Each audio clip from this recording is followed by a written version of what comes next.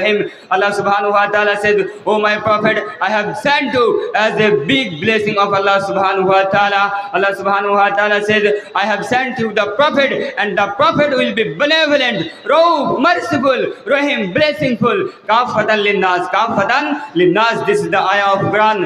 The Prophet is enough for every ummah, and there is no Prophet after Prophet Muhammad sallallahu alaihi wasallam. So this is Prophet Muhammad sallallahu alaihi wasallam. This is the last messenger.